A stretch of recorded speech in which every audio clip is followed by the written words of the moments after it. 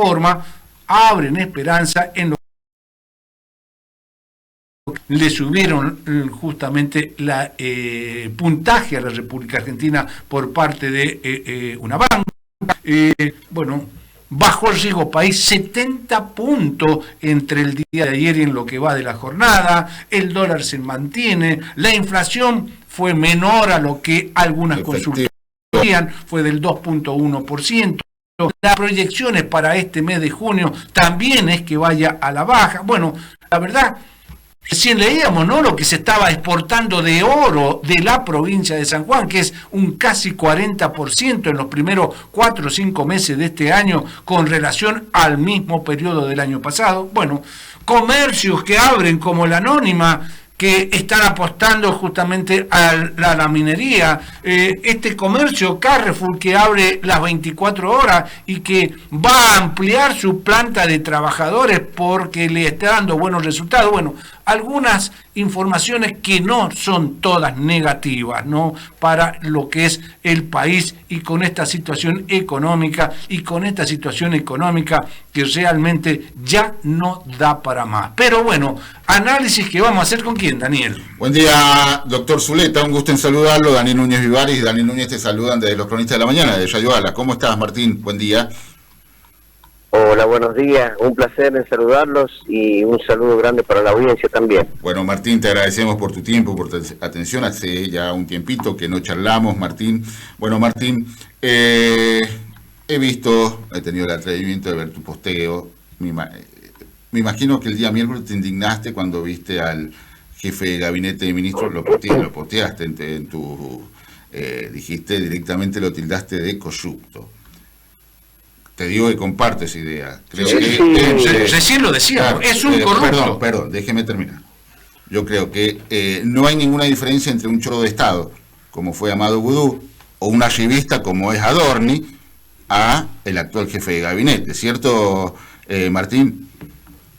A ver, es que verdaderamente la atención de Adorni, y tristemente tengo que decir del gobierno, porque el único apoyo que ha, y valga que apoyo, que ha recibido Adorni es el del propio presidente. Sí, no efectivamente. No logro entender que, se inmole por un funcionario que, si bien es un funcionario importante para el gobierno, ya es inocultable y es evidente que acá han habido actos de corrupción que los pretenden minimizar recurriendo a niñeces legales, porque han habido confesiones de delitos de evasión fiscal en vivo y en directo a toda la ciudadanía argentina, y por más que habría que analizar si estas leyes de blanqueo y perdón fiscal sirven para no abrir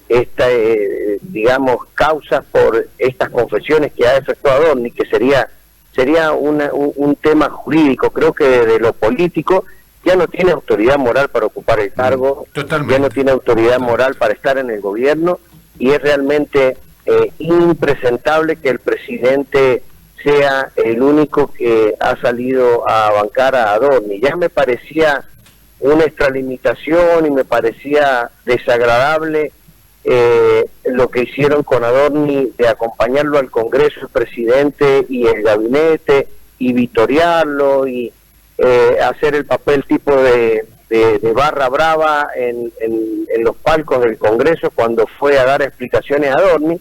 Y me parece hoy de total mal gusto para los argentinos que el presidente haya salido a apoyar a Adorni después de que lo que ha manifestado en este programa de La Nación Más contradice todo lo que dijo ante el Congreso de la Nación Argentina. Y aparte, es una situación se incriminó él mismo. Él manifestó que sí, evadió durante años, como si la evasión impositiva no fuese un delito. Y es vergonzoso que el presidente haya asumido esa actitud para con él.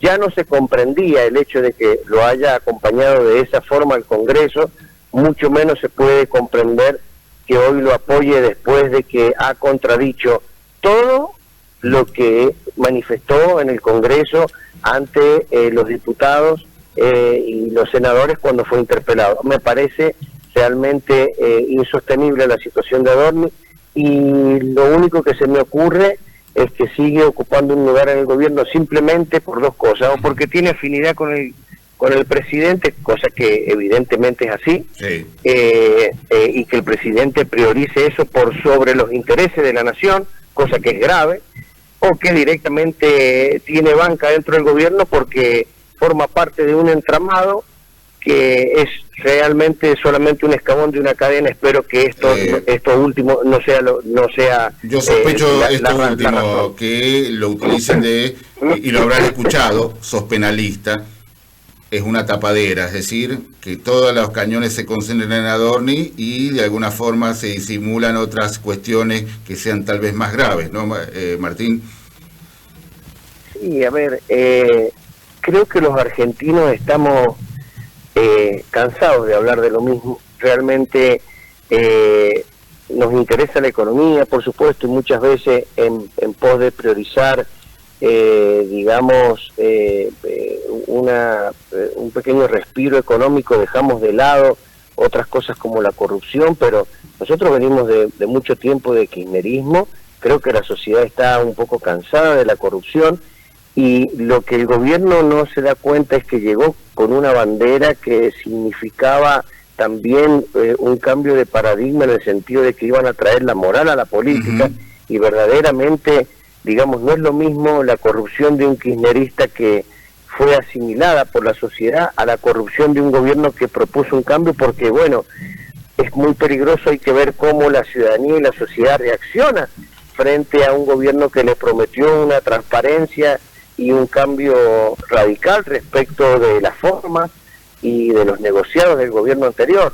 No sé, sería muy triste que esto no tenga consecuencias, y a su vez es muy doloroso que tenga consecuencias, porque lamentablemente la coyuntura política no avisora una alternativa diferente al gobierno que no sea el kirchnerismo. Realmente los argentinos estamos en una encrucijada.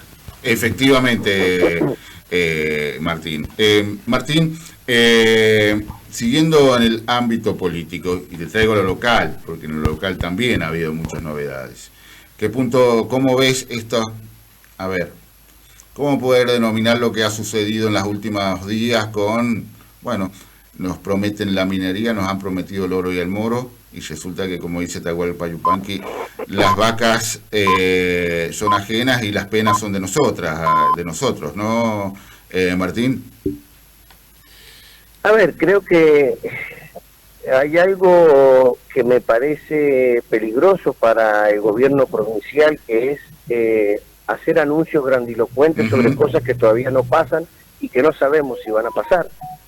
Y digo peligroso porque creo que se está metiendo en un terreno el gobierno de manera innecesaria, en un terreno que no, a ver, no todo depende del gobierno provincial, ¿vale? Para traducirlo en sencillo, que haya un boom de la economía, un boom de inversiones, no depende solamente de las políticas provinciales, y creo que el gobierno provincial está sobreactuando, digamos, la llegada de este boom minero a la provincia, cosa que no se está visorando los agentes económicos, y está causando sí problemas concretos y particulares en los sanjuaninos de a pie, porque no sé si ustedes saben, yo no manejo, digamos, habitualmente el tema de inmobiliario, pero ya los abogados particulares estamos recibiendo muchas consultas, porque verdaderamente hay una pretensión de la oferta inmobiliaria de elevar desmesuradamente los precios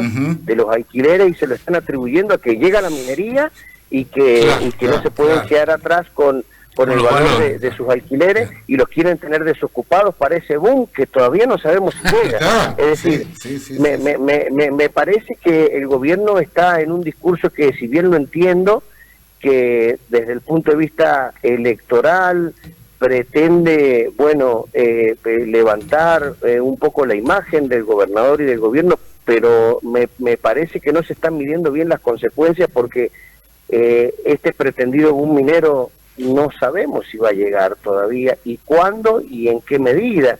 Creo que la Argentina tiene condiciones muy favorables para que comiencen a despertar las inversiones. Ustedes daban un panorama económico que sí es importante decirlo, que algunas cosas que ha hecho el gobierno nacional son importantes y son buenas, y aparte eran necesarias para salir de un modelo de absoluta dependencia del Estado, ¿sí? Y hoy en día nosotros vemos que sí, que se han tomado las medidas que había que tomarse en el sentido de, bueno, de darle las herramientas legales a los inversores para que puedan confiar y venir a invertir a la Argentina. Creo que en cierta forma se está dando esa situación, pero todavía no se ve el fruto en cuanto a inversiones concretas y determinadas, y me parece que con todos los problemas que está teniendo el gobierno nacional, hoy hay dudas también de su futuro político, y esto creo que también es medido por los inversionistas, ¿sí? Uh-huh. O sea, lo que cuando comenzó el gobierno de Milei todos esperábamos que las elecciones de medio término fueran, en definitiva, el mensaje que la sociedad le iba a dar a los inversores sobre si apoyaba este cambio de rumbo económico. Llegó ese apoyo, la sociedad argentina en la elección de medio término le puso un voto de confianza al gobierno y a su nueva forma o manera de mirar la economía, pero después de ahí el gobierno ha empezado a cometer una serie de errores que hoy ponen en tela de juicio, digamos, lo que va a suceder en las elecciones del año que viene, y eso también frena las inversiones, y lo que antes era el riesgo Cuca, por decirlo de alguna manera, hoy ya es el riesgo Milei, porque claro, verdaderamente el autorriesgo, Milei, ¿no? Claro, sí, claro. Creo que Milei es el único que puede garantizarle a los inversores extranjeros la, digamos, sostenibilidad de este proyecto económico en el tiempo. No creo que haya otro. No sé, no me imagino a un Macri volviendo al poder, yo no me lo imagino. No me imagino a una Bullrich con capacidad de pelear una presidencia. Es decir, me imagino enfrente del presidente o al peronismo moderado que logre de alguna forma aglutinar una propuesta alternativa al kirchnerismo, pero con el kirchnerismo adentro, o directamente al kirchnerismo. O sea, es un problema para los inversores.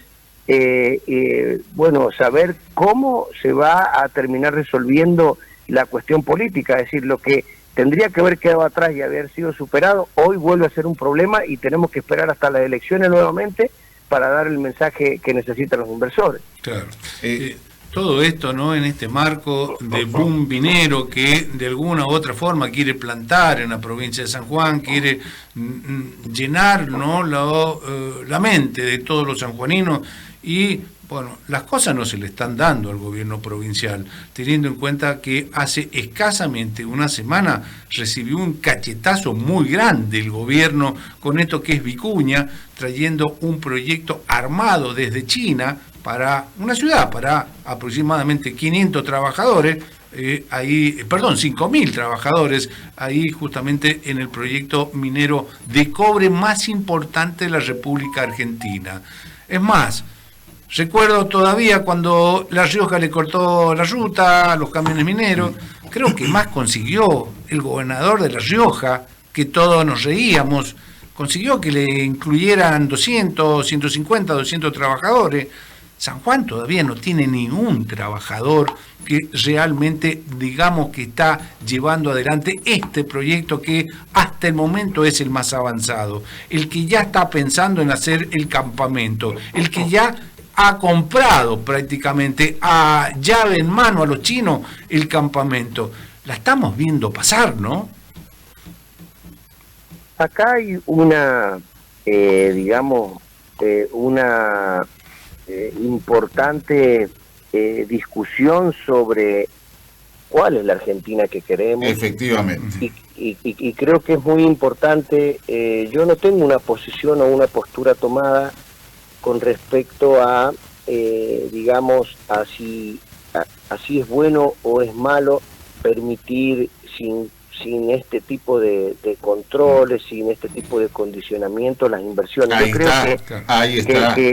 que de por sí las inversiones perdón, Martín, son buenas. Eso que estás diciendo vos, Martín, es lo que está planteando el gobierno nacional.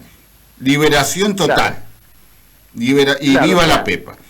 Y el propio, un ultraliberal como es Arayzu, he leído libros, que es muy escuchado por el gobierno, ya seguramente vos también, ha salido en todos los medios de comunicación, les ha advertido, se está destruyendo más rápido de lo que se está creando, Martín, ¿o no?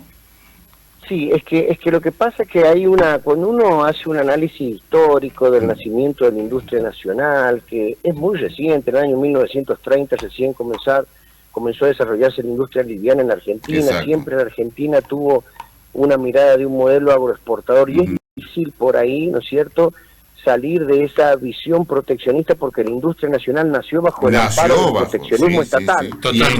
Y hasta las extranjeras aprovecharon eso, Martín, ¿o no? Por supuesto.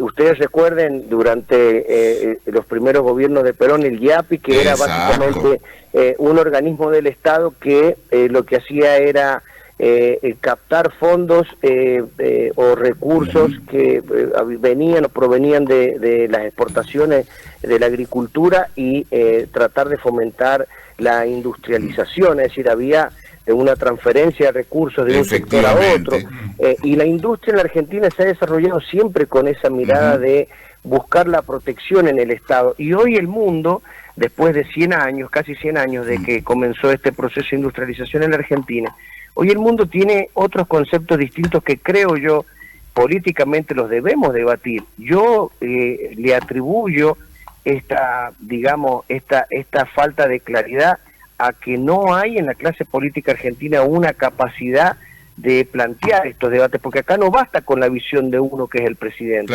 no basta con la visión de uno que sea un gobernador. Acá tiene que ser una discusión democrática, y una discusión democrática significa que tenemos que tener representantes del pueblo, diputados, senadores, diputados provinciales, concejales departamentales en departamentos mineros de nuestra provincia, que estén a la altura de las circunstancias y debatan el modelo que plantean y busquen y den su justificativo, veamos si el proteccionismo tiene que seguir o no, hasta qué medida, cómo, si protegemos solamente el trabajo o protegemos que las ganancias derramen y queden en nuestro país o no. O sea, hay muchas cosas que hay que debatir, pero no tenemos una dirigencia que esté a la altura de debatir estos temas. Tenemos un intendente que tiene que leer una hoja de 5 minutos y terminar la rendición de cuentas porque no está capacitado para ocupar ese lugar, y lamentablemente no nos damos cuenta que ningún país democrático del mundo serio tiene ese nivel de dirigente. Entonces está faltando verdaderamente una discusión de fondo, donde hoy sí es fácil pegar los redos con este tema, porque claro, nos defendió, vienen inversiones extranjeras y van a hacer lo que quieran, y no está asegurado ni garantizado ni los empleos para los sanjuaninos, ni que los recursos que se generen van a derramar en la economía sanjuanina, no está garantizado nada. Es fácil, ni el medio ambiente está garantizado, etcétera. Ni el medio ambiente está garantizado. Es fácil pegar los regos, pero el resto de las fuerzas políticas, el resto de los dirigentes, no están tampoco a nivel de ponerse a discutir este tipo de cosas. Entonces lo discutimos con una cuestión meramente electoralista, porque la oposición aprovecha para pegarle con esto al gobierno provincial y también al gobierno nacional, ¿sí? Pero no hay, en definitiva, una discusión seria sobre qué debemos hacer con nuestros recursos naturales, qué debemos permitir, porque acá no se trata solamente de que tenemos oro, de que tenemos cobre ahí en la cordillera, acá se trata de la vida de los sanjuaninos, que estamos sin agua y estamos mirando todos para otro lado, y eso también tiene que formar parte de la discusión, y tenemos que hablar seriamente. Miren, cualquier sanjuanino, porque ya es tan grave la situación, nosotros ya tenemos que ir pensando hasta si nos vamos a quedar en nuestra provincia y nos vamos a tener que ir. Sí, claro. Y tenemos que empezar a pensar los sanjuaninos comunes y corrientes. O sea, es tan grave el asunto que hay un desinterés tan grande de la clase política, y escucho cada tontera, escucho que vamos a endeudar a la provincia en 600 millones de dólares, u 800, no recuerdo, pero 600 millones de dólares, y uno de los proyectos es hacer obras de infraestructura e impermeabilización de los canales, y uno se pone a investigar, y cuando uno descubre, con estudios internacionales, por qué se ha perdido el agua, se pierde el agua en el mundo, por qué se secan los acuíferos, porque el agua no circula por sus cauces naturales. Si vos impermeabilizás, eso va a seguir impidiendo la recarga natural de los acuíferos. Por ejemplo, si vos construís 3 diques para una provincia chica que tenía 700.000 habitantes, construís 3 diques, retenés el agua en altura, estudien, hay en Europa estudios al respecto, se pierde por evaporación y sobre todo en lugares con el clima como el que tenemos nosotros, entre el 20 y el 30% del agua que se acumula. En cambio en el acuífero, eso que tanto critican de que los productores desperdicien el agua, ese supuesto desperdicio de agua se termina depositando en un acuífero donde se conserva siglos el agua. Exacto. Y cuando vos la retienes en altura se evapora por año entre el 20 y el 30% de lo que retienes en altura. Es una locura lo que hemos hecho en San Juan, porque acá en San Juan hemos hecho construir diques para supuestamente generar energía que no generamos, y nos hemos quedado sin agua retenida en altura, nos hemos quedado con acuíferos secos y seguimos hablando de la minería, y yo no sé de dónde va a sacar el agua la minería para desarrollar estos grandes proyectos mineros, porque no nos engañemos, necesitamos grandes cantidades de agua para desarrollar grandes proyectos mineros. ¿Qué va a pasar con los sanjuaninos? Es la discusión que no se está dando y que ninguna clase política nos está diciendo. Al respecto de esto, Martín, ayer justamente las autoridades justamente de hidráulica de la provincia estaban muy preocupadas porque, bueno, justamente no con la ayuda, fíjate vos, de la NASA, ¿no? Seguramente satélite, demostraban que la cordillera, hoy por hoy, la cordillera sanjuanina, la acumulación de nieve que tiene es cero. Ese era el informe con relación justamente a hace 10 años atrás. Mostraban la foto, cómo estaba la cordillera hace 10 años atrás y cómo está ahora, refiriendo a todos los cauces de la cordillera sanjuanina que derraman el agua posteriormente en el río Jáchal o en el río San Juan. Es cero, es muy preocupante y bueno, a la espera de lo que pueda pasar de acá hasta que termine el invierno con las nevadas que no son para nada alentadoras. Y yo me preguntaba, ¿qué va a pasar con los sanjuaninos? ¿Qué va a pasar con la agricultura? ¿Qué va a pasar con el agua justamente para el consumo humano? Una provincia que ya supera los 800.000 habitantes. ¿Qué va a pasar con la agricultura? La agricultura y la minería, el agro, Daniel, sí. El agro, ¿no? ¿Qué va a pasar con nosotros, no? Es justamente lo que estás planteando vos, que es preocupante, ¿no? Y por eso, ¿y qué recibimos por parte de la clase política dirigencial? Opositor, oficialista de todo, porque acá yo no tengo colores políticos, acá yo esto lo analizo de manera genérica. Claro. ¿Qué nos está proponiendo la clase política? No está debatiendo estos temas que sí nos interesan a los sanjuaninos. Es más, todos estos estudios que usted está planteando y los que se vienen haciendo y los que se van a ser simplemente para tratar de exculpar a los gobiernos, exculparlo en el sentido de decir que la sequía es algo que no depende del gobierno, que esto es algo climática, que no tiene ningún tipo de responsabilidad de las decisiones políticas que se han tomado. Y acá hay que ir muy para atrás y replantearse, hablar en profundidad los temas, escuchar las distintas voces, escuchar las opiniones, responder a las preguntas, ¿sí? Para que nosotros empecemos a entender que si hay minería en la provincia de San Juan, no hay agua. Claro.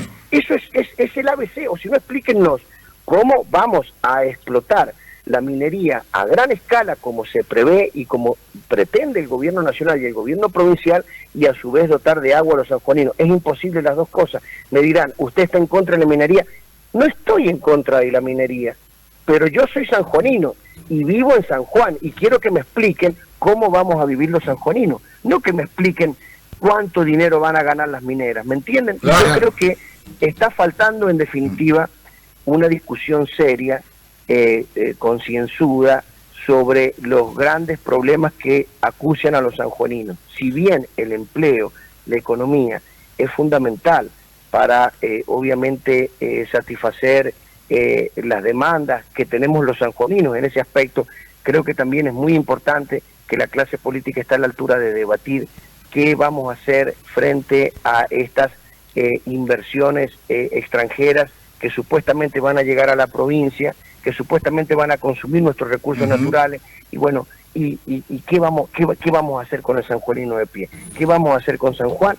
Creo que es una discusión que está faltando y que no la estamos dando, y estamos solamente mirando digamos una cara de la moneda, que es precisamente las inversiones y las riquezas que tenemos en recursos naturales apostados en la cordillera, pero están faltando. La discusión tiene que ser mucho más profunda, mucho más amplia, y tristemente veo que la dirigencia política no está en condiciones de llevar a cabo este tipo de discusiones. Me parece hay que decirlo, mucho interés en juego. Hay que decirlo, Martín, también que el gobierno lo está permitiendo también estas discusiones, por lo menos no por parte de... Sí, pero ya se empieza a naturalmente. ¿Por qué? A ver, recordemos que pasó que arduamente, en cuestiones de escasos 48, 72 horas, se sacó una ley de endeudamiento. Lo pedía, parte de la oposición pedía mandar la comisión, no le decía que no, le decía, estudiemos a ver cuáles son las obras de infraestructura que realmente nos hacen falta a los sanjuaninos.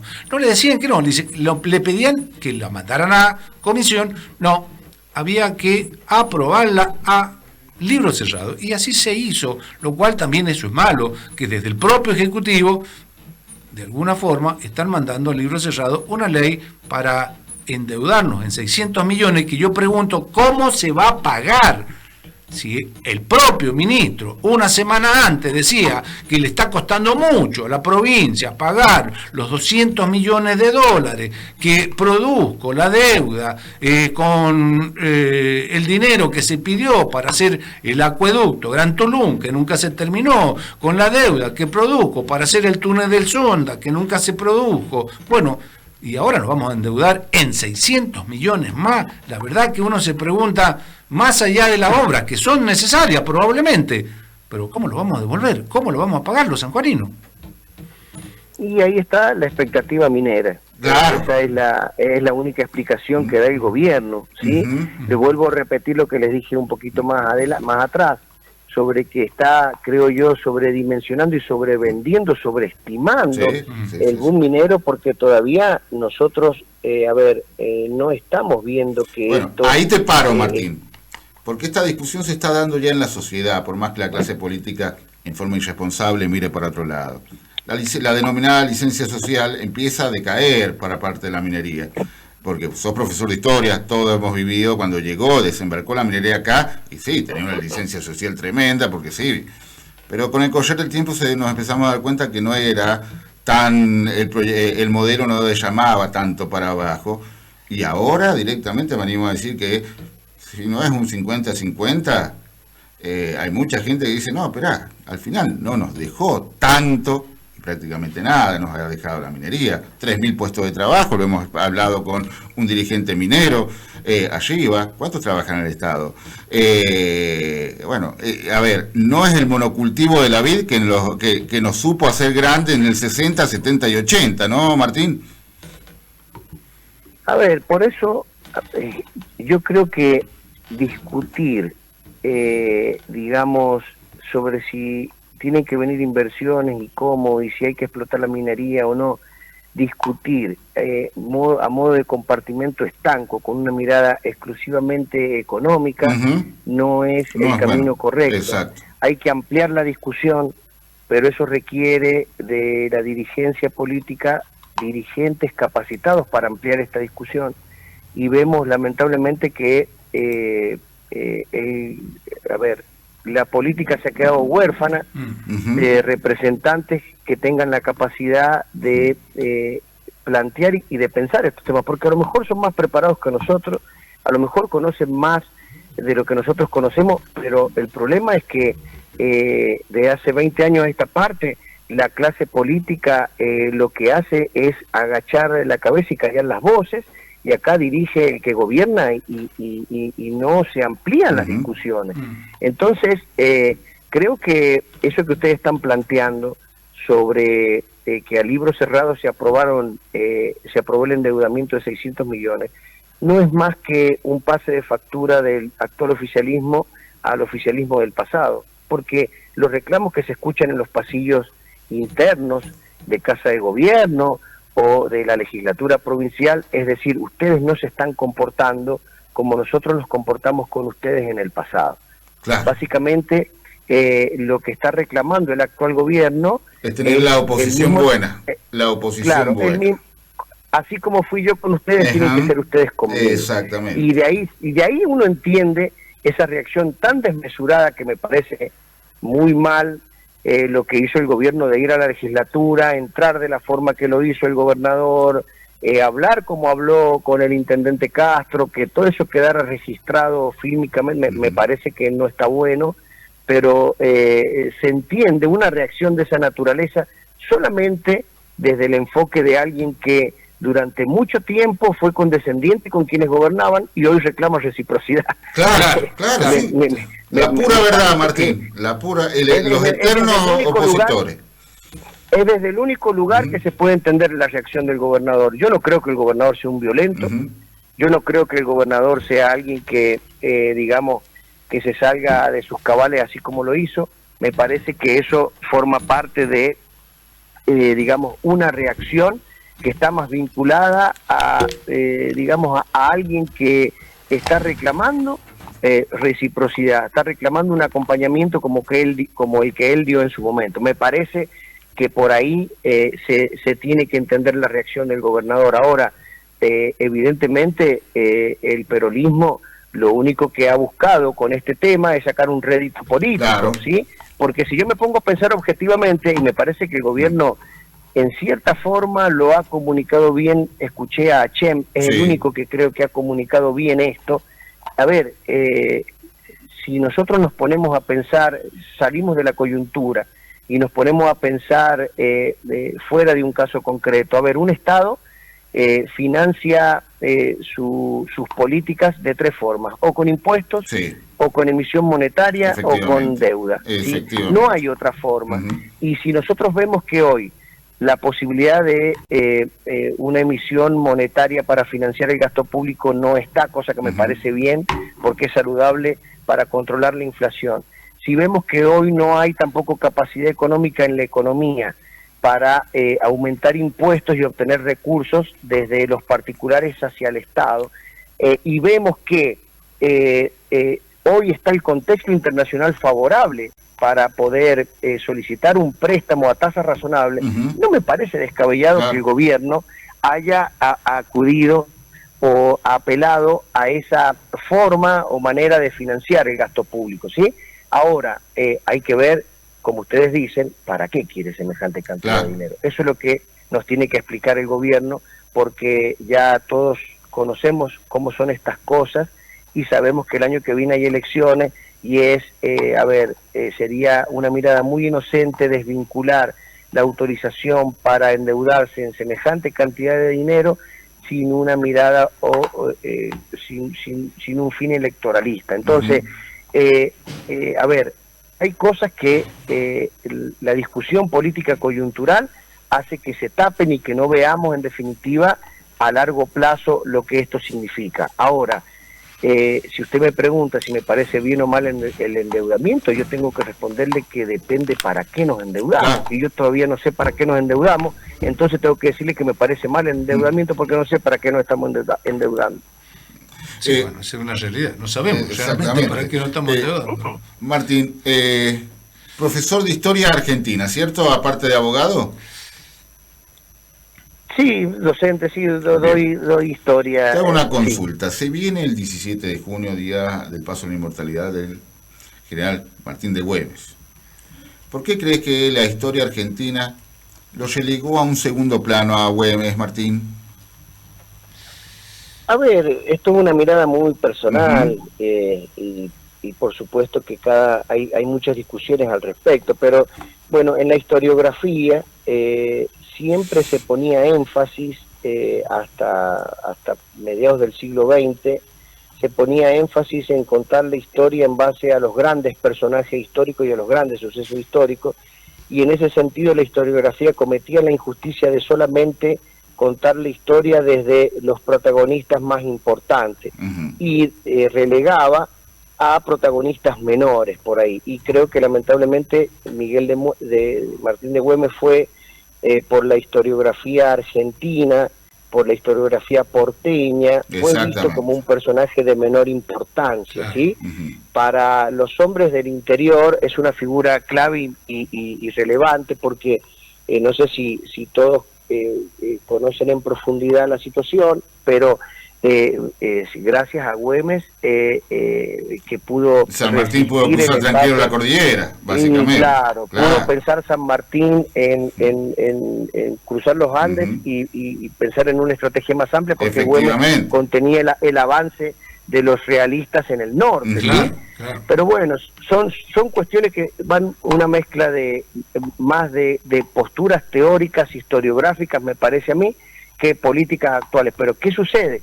La historiografía nacional, al haber dejado o relegado a un segundo plano a estos personajes, y lo que hace es que nos hayamos olvidado de los mismos. Y en ese sentido, es lo que por ahí tenía de bueno algunas cosas que hizo el kirchnerismo. Efectivamente, este feriado es producto del kirchnerismo y de los salteños que pelearon mucho. Quería que se declarara un feriado nacional en honor a el general Güemes. Claro. Creo que debe estar... El kirchnerismo, sí.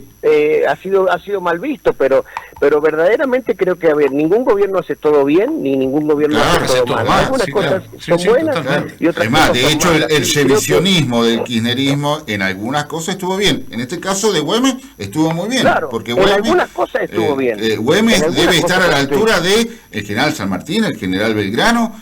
Fue un hombre que quedó solo en el norte peleando contra los realistas y conteniendo que los realistas no avanzaran más allá del Tucumán de Salta, ¿no, Martín? Claro, fue muy importante para nuestra historia, pero si uno ve que la historia argentina se ha escrito exclusivamente con una mirada centralista porteña, que es lo que explica, que en cierta forma hay que reconocer que es lo que explica también la política argentina. No podemos prescindir de la mirada porteña y todo lo que pasó en Buenos Aires, la importancia que adquirió Buenos Aires y la relevancia en todas las discusiones políticas posteriores, porque las luchas civiles que hemos tenido eran básicamente la oposición de las provincias a que Buenos Aires controlara absolutamente todo. Pero bueno, creo que ha habido, más que una lucha o guerra ideológica, hubo un enfoque historiográfico que es propio, y esto pasó en todo el mundo, no solamente pasó en la Argentina. La historia se contaba desde los grandes personajes históricos, ¿sí? A partir del siglo XX comenzó una especie de revisionismo a nivel mundial, porque ya comenzaron la historia también a preguntarse por la vida de los hombres comunes y corrientes, ¿sí? Y se diversificó la cantidad de temas que se abordaban desde la historia, y en ese sentido creo que el kirchnerismo es el gobierno que representó ese nuevo enfoque historiográfico en cierta forma, cosa que no me parece mal, ¿sí? Me parece bien, pero bueno, ahí, como ustedes dicen, metemos todas estas discusiones dentro de la coyuntura política y es donde arruinamos todo, porque vemos lamentablemente a Güemes como un kirchnerista y nada que ver. No, por supuesto que no. El kirchnerismo no existía en esa época. Claro, pero como lo impulsa el kirchnerismo, por ahí cometemos esos anacronismos. En definitiva, lo único que se ha hecho, Martín, y creo que la mayoría lo pensamos, se ha hecho justicia con Güemes.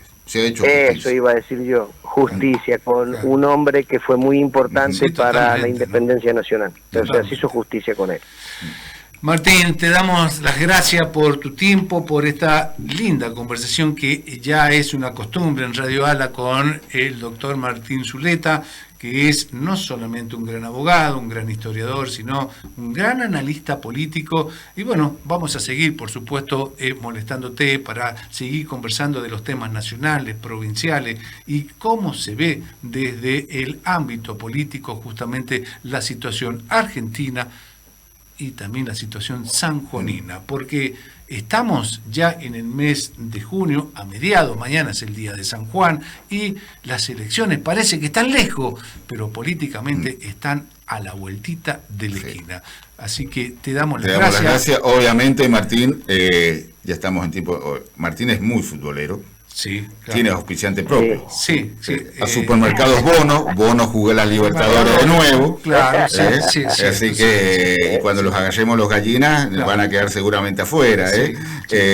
Así que, bueno, les queda nada más a ustedes que festejar, tratar de que la Argentina sea campeón, porque de la mano de Riquelme creo pero ¿Qué pasó? Pero acuérdese que el día 21 es el Día del Padre. El Día del Padre. Por eso, pero nosotros hinchas de River de gente Boca recibimos. Y más cuando después de la muerte de Madrid. Claro. Y ahí ya les queda ya. Exactamente. Después de Madrid ya no tienen nada. Ya no hay historia que escribir, creo. Pero escúchenme, ustedes vieron que quieren cerrar el debate historiográfico ahí, ¿no? Pero es que se cerró ahí. Es que y si el otro año volvimos a llegar a la final, no la ganamos, pero los volvimos a eliminar. Bueno, pero por eso, escúchenme, mire, la final, ya van varias finales que pierden, ¿no es cierto? No importa con quién. Pero ustedes no llegan ustedes no pasan ni la primera ronda, por eso, pero es que los iba a elogiar yo, diciendo, ustedes, los hinchas de River, son los que están más preparados para festejar el Mundial, la cantidad de cohetes que tienen guardados de las finales que han perdido y no han podido tirar. Claro, pero ustedes ya ni siquiera compran. Y más sabiendo que se enfrentan. Nosotros ya ni compramos, pero ustedes los tienen ahí guardaditos para festejar ahora, Dios quiera, el título mundial. Y más sabiendo que tienen, después del Mundial, tienen una final los hinchas de Boca contra el poderoso Higgins y después contra el poderoso Recoleta. El poderío chileno vuelve. Bueno, hemos caído donde ya estaban ustedes, en la B Continental. Ahí estamos ahora. Exactamente. Pero ustedes ya arrancaron en la B Continental. Sí, bueno, pero nosotros es un traspié. Lo de ustedes se les ha hecho costumbre directamente ir a jugar los repechajes y quedar afuera, Martín. Así que te damos las gracias. Ya va a cambiar las rachas. Sí, como siempre, ¿no? Hay rachas y rachas. Recuerdo rachas donde Boca ganaba y rachas donde River ganaba. Por lo pronto te tengo que decir Riquelme eterno para los hinchas de River, te digo. Claro. Mire que no venimos muy prolijos los hinchas de River, pero hacen que, estando Riquelme, hace que nadie nos vea lo malo que estamos. Y políticamente alguien dijo, cuando veas que el enemigo o el adversario se equivoca, déjalo tranquilo, no lo molesté. Nosotros no lo molestamos, Riquelme. Así que, bueno, muchachos, yo les agradezco y les pido disculpas públicamente, acá está la audiencia también, porque sé que no hemos podido salir varias veces que me han invitado sabiendo al programa, pero sepan que siempre mi compromiso y mi teléfono está abierto para ustedes. Muchísimas gracias, Martín. Te mandamos un fuerte abrazo y que tengas un lindo día de nuestra fundación, el cumpleaños de San Juan mañana 13 de junio. Muchísimas gracias. Martín.